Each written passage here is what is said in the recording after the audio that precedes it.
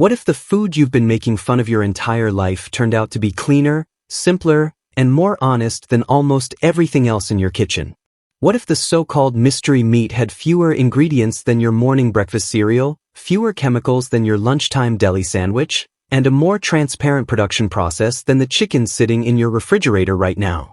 Stay with me, because by the end of this, you're going to look at that blue can very differently. You have probably called Spam mystery meat at some point in your life. Most people have. It sits on the grocery shelf in that recognizable blue can with the pull-tab lid, looking like something that belongs in a survival bunker rather than a family kitchen. You picture factories somewhere pumping out pink slurry from unidentifiable animal parts, none of which anyone would want to know about. But here is something that might genuinely surprise you. Spam contains exactly 6 ingredients: pork with ham, salt, water, potato starch, sugar, and sodium nitrite. That is the complete list. 6 items. Compare that to the average beef hot dog, which depending on the brand contains somewhere between 15 and 25 ingredients. Or consider the chicken nugget from a major fast food chain, which can list over 30 separate components on its label. The product you have spent years calling mystery meat may actually be the least mysterious processed food in your entire kitchen right now. So where did the reputation come from? And how did it stick so completely for so long? The answer begins during the Second World War. Between 1941 and 1945, the United States shipped over 150 million pounds of canned pork to troops and allied nations around the world. Soldiers ate it for breakfast. They ate it for lunch. They ate it for dinner. Sometimes all 3 on the same day, for weeks and months at a stretch. They gave it nicknames: mystery meat, special army meat, and things considerably less polite that we will leave out of this story. But here is the detail that almost everyone misses when they tell this history. None of those soldier complaints were actually about the ingredients. Not one. The complaints were about repetition. When a human being eats the exact same food at every single meal for months on end, regardless of what that food is, they develop a deep and lasting resentment toward it. The mystery was never what was inside the can. The mystery was how anyone could be expected to stay sane eating the same thing 3 times a day for years. The joke was about monotony. It just got attached to the product permanently, long after the war ended and the monotony was over. Then something else happened that cemented Spam's unfair reputation for a completely different reason. As processed food exploded in popularity through the 1950s and 1960s, ingredient lists across the entire industry grew longer and longer. Preservatives arrived. Then emulsifiers. Then stabilizers, flavor enhancers, coloring agents, modified starches, and a growing catalog of chemical compounds that required a degree in food science to fully understand. Foods that looked perfectly ordinary on the outside. A slice of deli turkey, a package of crackers, a tub of margarine, became chemistry experiments on the back label. Spam kept its original formula. 6 ingredients in 1937. 6 ingredients today in 2026. The only meaningful change in nearly 90 years of production came in 2009, when the manufacturer added potato starch to reduce the layer of gelatin that naturally forms during the cooking process. A textural improvement, nothing more. Meanwhile, the products that people had decided were normal and acceptable kept accumulating ingredients without anyone particularly questioning them. Nobody held up a hot dog and asked hard questions. Nobody flipped over a package of deli turkey and counted what was inside. Those foods came in familiar packaging with familiar branding, and familiarity, it turns out, is a remarkably effective substitute for scrutiny. Spam came in a blue can with a slightly ridiculous name. That was enough to make it the target. The blue can look cheap. The name became slang for unwanted email. And once those associations locked in, no amount of label transparency was going to dislodge them. Here is what nobody tells you when they're busy making jokes about the blue can. Making Spam is a remarkably straightforward process. There are no secret chemicals involved. There are no mystery steps. There is no stage of production that requires a euphemism or a careful corporate explanation.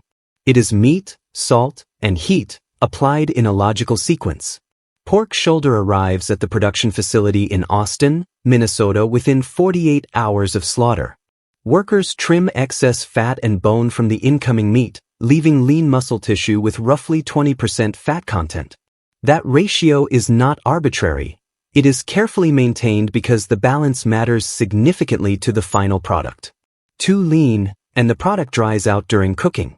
Too fatty, and the texture becomes unpleasantly greasy. 20% is the point where the product holds together, slices cleanly, and cooks properly. Grinding happens in two separate stages. The first pass uses a coarse plate with holes approximately 13 millimeters wide.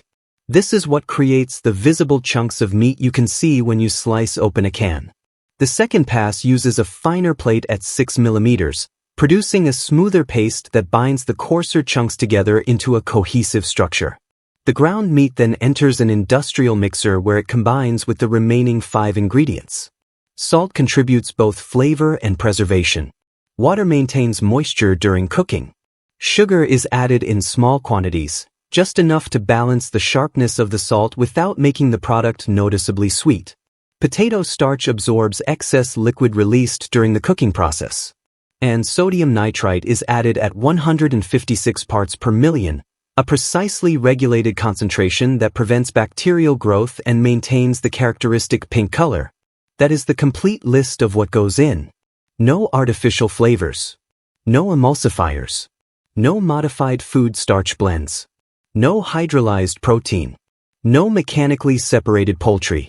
No ingredients that require a separate explanation. The mixture gets portioned into cans at exactly 340 grams each. A vacuum sealer removes trapped air from the filled cans. Then the sealed cans enter a retort chamber, a large industrial pressure cooker, heated to 121 degrees Celsius at 15 pounds per square inch of pressure. They remain there for approximately 90 minutes. The heat accomplishes two things simultaneously.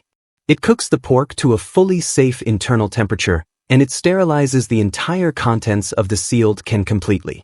No bacteria survive that combination of heat and pressure. No additional preservatives are required after this stage, because nothing alive remains inside the sealed container. The result is a product that remains safe on a pantry shelf for 3 to 5 years without refrigeration, not because of chemical additives, but because of applied thermodynamics. Now consider what most people eat without giving it a second thought. A typical beef hot dog from a major supermarket brand contains mechanically separated chicken, corn syrup, modified food starch, sodium phosphates, sodium diacetate, sodium erythorbate, and maltodextrin, totaling somewhere between 15 and 25 ingredients depending on the specific brand. Chicken nuggets from well-known fast food chains have been documented listing over 30 ingredients, including dimethylpolysiloxane, an anti-foaming agent that also appears in certain cosmetic and industrial applications. Deli turkey, the kind that seems like a healthy lunch choice, frequently contains carrageenan, potassium lactate, and sodium phosphates. Spam has 6 ingredients. A person of any age can pronounce 5 of them without difficulty. The 6th, sodium nitrite, is present in virtually every cured meat product that any of those same people already eat on a regular basis. Bacon contains sodium nitrite. Ham contains it. Salami, pepperoni, prosciutto, and the vast majority of deli meats all contain it. The concern about sodium nitrite, specifically its association with elevated cancer risk when consumed in large quantities over extended periods, is not unfounded. But it applies equally to the morning bacon, the deli sandwich, and the pizza pepperoni. Spam is not the exception to a standard. It is simply the one product transparent enough to make you notice the standard exists. Here is an exercise worth trying the next time you are standing in a grocery store aisle. Pick up a food product, any packaged food you consider normal and acceptable. Flip it over and count the ingredients. Not read them. Just count them. If that list has more than 10 items, you are holding something more chemically processed than Spam. If you cannot comfortably pronounce more than 3 of those items, you are holding something more complex than the product generations of people have dismissed as unacceptable. This is not an argument that Spam is health food. It is not. One serving contains 790 milligrams of sodium, approximately 33% of a typical adult's recommended daily intake. The saturated fat content is significant. No nutritionally informed person would recommend eating it every day, and the manufacturer would not suggest it either. These are real limitations of the product, and they deserve to be stated plainly. But those are the honest criticisms.